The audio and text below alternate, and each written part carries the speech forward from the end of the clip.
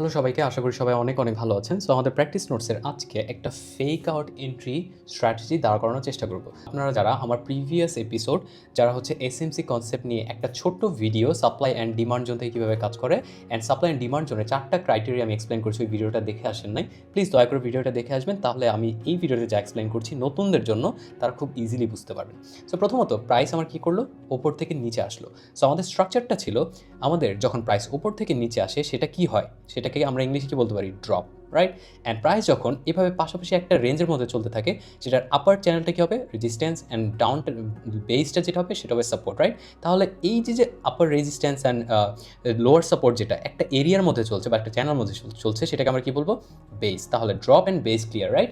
But আমরা যখন price দেখবো কন্টিনিউয়াসলি উপরে হায়ার লোস ক্রিয়েট করতে যাচ্ছে, তাহলে এটা কি হলো, একটা র্যালি, রাইট? সো আপনি ড্রপ বেস র্যালি যদি এটা বুঝে থাকেন বা না বুঝে থাকেন, আমার প্রিভিয়াস একটা এপিসোডে drop base rally, rally base drop, rally base rally, এগুলো সুন্দরভাবে এক্সপ্লেন করে দিয়েছি। কোনটা দেখতে কেমন সেটা এক্সপ্লেন করেছি, সেটা একটু দেখে আসে। সো প্রথমত প্রাইস আমার এখানে ড্রপ করলো, অ্যান্ড আমাদের কি দরকার, আমাদের দরকার একটা বেসটা কীভাবে আসলো, এই যে এরিয়াটা সাইডওয়েজ চলছিল, ইয়াস, আমরা এই সাইডওয়েজ রেঞ্জের জন্য আমাদের কি দরকার, একটা ব্রেক দরকার। এই যে ব্রেকটা আসলো, রাইট, এই ব্রেকটাকে আমরা কি বলবো, র্যালি, ঠিক আছে? অ্যান্ড আমাদের কি দরকার, একটা স্ট্রাকচারাল চেঞ্জ বা একটা প্রাইস সেকশনাল চেঞ্জ বা একটা প্যাটার্ন দরকার। সেই প্যাটার্নটাকে আমরা কি বলতে পারি, যে কোনো প্যাটার্ন হতে পারে, সেটা হতে পারে ট্রায়াঙ্গেল হতে পারে, অথবা ডাবল টপ হতে পারে, অথবা ডাবল বটম হতে পারে, অথবা you can name it symmetrical, অনেকগুলো প্যাটার্ন আছে আমাদের, কাপ অ্যান্ড হ্যান্ডেল, অনেক প্যাটার্ন আছে, হেড অ্যান্ড শোল্ডার, সেগুলো আপনারা অ্যাপ্লাই করতে পারেন। সো প্রাইস কী করলো, নিউ একটা হাই তৈরি করলো, দেন একটা লো তৈরি করলো। তাহলে এই লো থেকে কি এই লো উপরে, কারেক্ট, রাইট? তাহলে একটা হায়ার লো, আবার উপরে একটা হাই তৈরি করলো, তাহলে higher high, right? But somehow আমাদের এখানে যে সাপোর্টটা ছিল এটা কিন্তু মাইনর, অ্যান্ড যারা মেজর অ্যান্ড মাইনর মধ্যে ডিফারেন্স জান না, তারা আমার প্রিভিয়াস এপিসোডটা একটু দেখে আসবেন, কারণ এই যে মাইনর সাপোর্টটা আমাদের স্টপ লস হান্ট করার জন্য যথোপযুক্ত।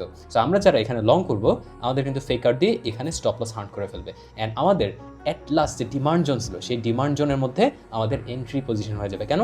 কারণ একে তো এটা একটা ডিমান্ড জোন, এখানে ডিমান্ড জোন থেকে বাই করা হয়, অ্যান্ড দ্বিতীয়ত যখন আমি প্রিভিয়াস ভিডিও বুঝিয়ে দিচ্ছি যে ড্রপ বেস র্যালি কীভাবে বুলিশ হয়। সো সেইভাবে আপনি এখানে দেখলেন প্রাইস ড্রপ, দেন এখানে base, then we are looking for a rally, right? So এইভাবে আপনি ড্রপ বেস র্যালি দিয়েও ট্রেড করতে পারেন। আমাদের ফেক আউটটা কোথায় হয়েছে, ফেক আউটটা এক্স্যাক্টলি এখানে, জাস্ট যদি আমরা ডাবল বটম চিন্তা করি তাহলে কিন্তু আমাদের স্টপ লস এখানে হান্ট হবে। সো অ্যান্ড প্লাস আমাদের মাইনর সেট আপে আমাদের এখানে বড় পজিশন নেওয়াটার কোনো যুক্তিসঙ্গত হবে না।